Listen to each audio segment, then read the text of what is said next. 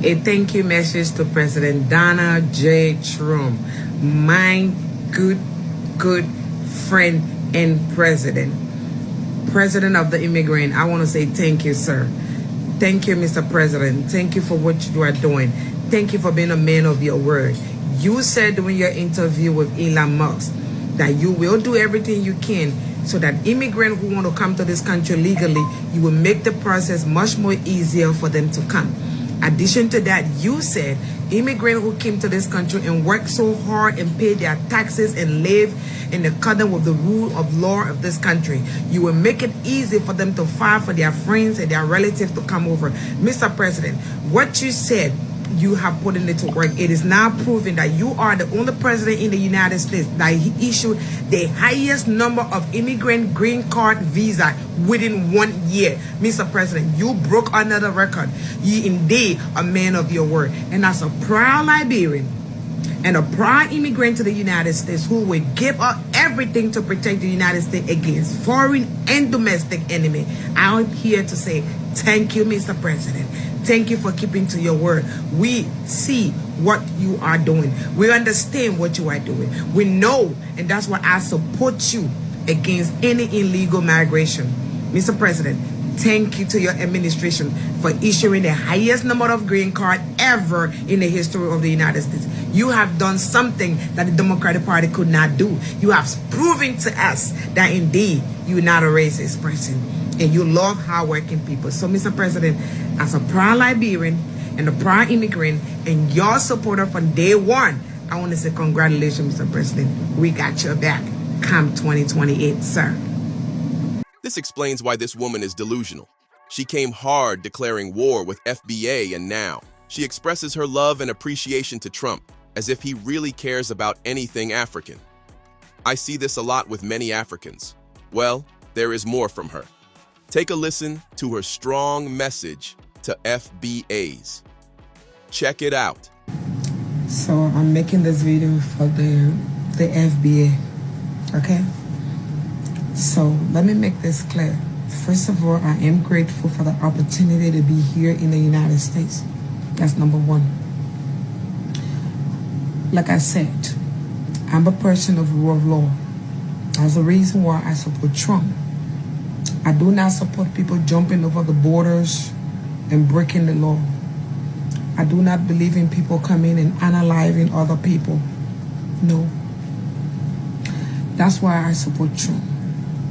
I support him because I believe he will bring back American companies and he will do everything he can so that America can stay out of other country resources, so that those country citizens will not have to flee to the U.S. for survival. But what I would not do, I would not sit here and allow a so-called group of minority that call themselves FBA. I'm a Trump supporter. And a lot of Trump supporters are also black African. But they are not, the majority of black supporters for Trump are not the one pushing this FBA agenda. So I'm not going to sit there and the FBA tell me as an African, I come here, I got to suck up to them, I got to bow to them. No. Like I said, and I'll repeat, I'm not buying them to no black person. I'm not buying them to no white person. Yes, I can bow down to the system because that's the law that is in place. If the law say don't go left, I'm not going to go left. If the police officer pull me over and say driver's license, I will respectfully give him the driver's license. I'm not going to be fighting with the officer back and forth. I'm not going to be disrespecting the officer in uniform. Okay? I will not do that. If that is the only way you think we'd have to identify with you FBA, then I'm sorry. Secondly, you FBA, you say you're not African American. You say you were never bred your own slave. You say you are indigenous. So if you are indigenous, when we talking anything that has to do with African American and African, don't get on our platform. Because we, the African and the African American, we do get along. Are we perfect in getting along? No, we do not get along in everything we do. We cuss, we fight, we say a lot of shit to each other, but in the end, we realize and we recognize that we are all African descent. However, you FBA, You say you're not African. You don't have no African lineage. You were never brought here on ship. You were never part of slavery. So that make you an indigenous. And if you are an indigenous, then that separates you from us. If you saying because today you claiming that you are indigenous, so when I come here, I'm supposed to suck off to you, no FBA. You don't have that right to ask me that. The only person who can tell me that, maybe the African American can tell me, hey sister, you know I have to lay the base for you to come, yes. Because he already identified himself as an African American. But you, the FBA, you are not African American. You say you are not African American. You say you are indigenous from this land. And you say you are indigenous from this land. Why are you angry when the African trying to support the African American to obtain a reparation? You're not a slave. So you're not entitled to it anyway. So why meddle into it? You are foundational black, indigenous black American. Since you are indigenous, you were never brought here, your ancestors were never brought here against their will, then do not get angry with us. Moreover, I always say, you're not pointing your fight to the right place. If you want law to change, go to Congress. If you want policy to change, go to Congress. Not us. Stop attacking the Africans. Like I said, you started this whole fight. You FBA, you started attacking African. We did nothing to you. On internet, oh yeah, the both parties bully each other. African American will say, oh, the African don't speak good English. They come from the slum. And the African will say, yeah, in your own country, you poor as hell. They will always bully each other. That have been there from generation, years it have been happening. But it never, ever escalated or never, ever got to the level it have reached. All because of FBA. And like I said, there's a clear strategy to divide the black community. And you, the FBA, is being sponsored by somebody, a very big hand. And you're not only separating the black community, you are also going to cause the percentage of the African that supported Trump to back out. Because you that doing this FBA, you are part of MAGA. I am part of MAGA. And if you keep attacking me as a MAGA fan, what you think gonna happen? I'm gonna back out. And if I back out, all the immigrants who support Trump gonna see that and say, oh no, wait, hold on. Oh, we supported Trump and now we have a group or handful of MAGA group attacking us. Everybody gonna draw back. And those votes gonna be lost. I don't see you attacking other nations. We got the Indian that are into businesses. We got the Chinese that are into businesses. You didn't go attacking them, but you choose the most smallest group of immigrants, us African. You call us booty scratchers. You call our names. You FBA. And like I said, always my video is not directed to African American. My video is directed to FBA. Indigenous black American who call themselves indigenous. This video is, anytime you see me doing a video, I'm responding to the FBA. FBA, short wedo. Now I got a call from my job. So now that I got the call, I will get my embassy involved. I will get my lawyers involved. I will get the Human Rights Commission involved. I will get all of them involved because I'm here under the UN protection. So I will get them involved and they will respond. Not me. Okay? And I will say, FBA, you are doing Mr. Trump a very good favor. Because you know why? You are literally tearing apart everything he's trying to do. He's trying to build good relationship with Africa. You are there tearing it apart. He is trying to make good relationship, good trade businesses, but you are tearing it apart. Because when you continue attacking Africans, you want all African out of the United States, well, they will leave. Like I said, African who came here and naturalized and become citizen, They work in every sector of the United States. So if you want them leave, that's every sector.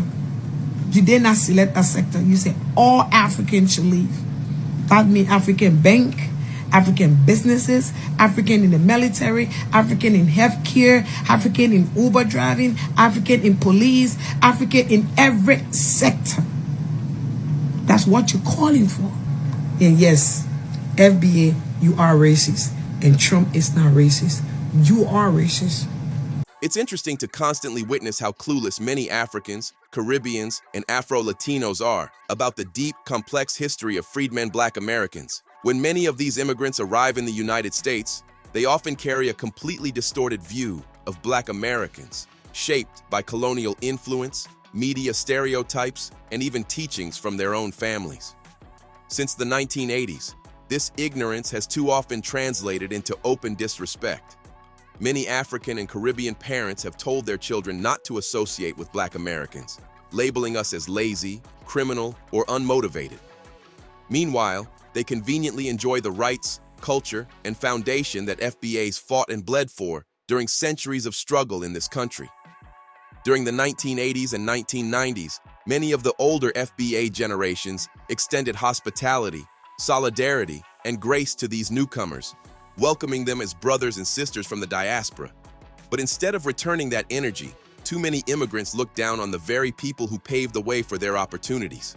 Back then, our elders didn't always check that behavior the way they should have, either out of politeness or a hope for unity. But times have changed. The younger generation of FBAs is no longer staying silent. They're educated, unapologetic, and rooted in their identity. They're correcting the lies and checking the disrespect. And now that the pushback is happening, some immigrants are in shock. They're not used to Black Americans standing their ground, so they start throwing out false equivalences, comparing FBAs who speak up to white supremacists. That's gaslighting at its finest. It's a manipulative tactic used to avoid accountability and ignore the fact that some of the worst anti-Blackness comes from within the diaspora itself. The foundational Black American, FBA movement is a growing cultural and political movement rooted in the lineage of Black people in the United States who are descendants of those enslaved during chattel slavery. These are the men, women, and children who built America from the ground up, literally. FBA is not about division, but about specificity. It's about honoring a unique and often overlooked lineage within the Black diaspora, the people whose blood, sweat, and tears laid the very foundation of this country. From slavery to Reconstruction to Jim Crow to the Civil Rights Movement and beyond, foundational Black Americans have consistently been on the front lines of the fight for justice, not just for themselves, but for all Black people who later came to America seeking opportunity. The FBA movement was born out of necessity, as many freedmen Black Americans began to notice a troubling pattern. Despite decades of trying to embrace Pan-Africanism and unite with Black immigrants from Africa, the Caribbean, and Latin America, many foundational Black Americans found themselves being rejected by those very groups. Many Black immigrants were taught by their parents to stay away from akatas, a derogatory term some use for African Americans, to not associate with native Black Americans, and even to deny their Blackness, preferring to identify solely by their nationality. They were often indoctrinated with anti-Black American stereotypes passed down from colonial governments or influenced by global white supremacy. This rejection was eye-opening and disappointing, especially since it came from people who shared skin color and African ancestry. But worse than rejection was the erasure. Many Black immigrants took full advantage of the gains that foundational Black Americans fought and died for, without acknowledging the people who made those gains possible. The Civil Rights Act, the Voting Rights Act, affirmative action, access to education, housing, and job protections. None of these would exist without the sacrifices of FBA icons like Malcolm X, Martin Luther King Jr., Fannie Lou Hamer, and Medgar Evers. And yet, many of these Black immigrants benefited from the blood spilled on Southern soil, while looking down on the very people who made it possible. Some even went so far as to assimilate into whiteness, copying Eurocentric behaviors and values to gain proximity to white acceptance, all while mocking or ignoring the cultural legacy of Black Americans. Meanwhile, foundational Black Americans didn't assimilate. We created our own culture, our own music, food, fashion, language, and resistance, from scratch, under conditions no human being should have endured. From jazz and blues to hip-hop, from soul food to street slang, American Black culture is FBA culture. Now, in the age of political instability and rising racism, especially under the shadow of leaders like Donald Trump, some of these same immigrant groups want to suddenly unify with FBAs. They want to form alliances now because they see that white supremacy doesn't distinguish between Black immigrant and Black American when it comes to oppression. But unity cannot be based on fear alone. Real unity comes from respect. And to become a protected class in America, there must be proper classification, a clear understanding of who is who and what historical lineage is being recognized. FBA is not anti-immigrant, it's pro-truth. It's about making sure the contributions of our ancestors are not stolen or ignored. We are the originators of the fight for Black rights in this country. We carved out space in America against all odds. That deserves respect. If Black immigrants want to truly unite, then step one is to acknowledge the trail that was blazed before they arrived, by people who had no choice but to be here, yet still found a way to shape the soul of a nation.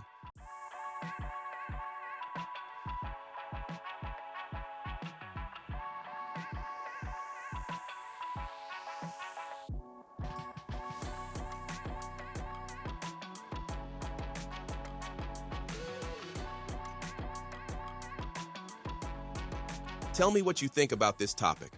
Hope you find the information in this video informative. Feel free to like, subscribe, share, comment. Thanks for watching.